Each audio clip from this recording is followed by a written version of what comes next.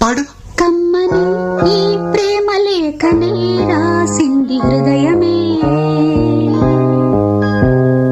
ప్రియతమా నీ వచట కుశలమా నే నిజట కుశలమే.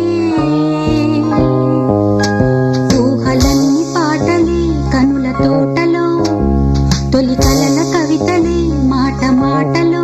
ఓహో కమ్మని ఈ ప్రేమ లేఖనే రాసింది ప్రియతమా నీ వచట కుశలమా నే నిజట కుశలమే.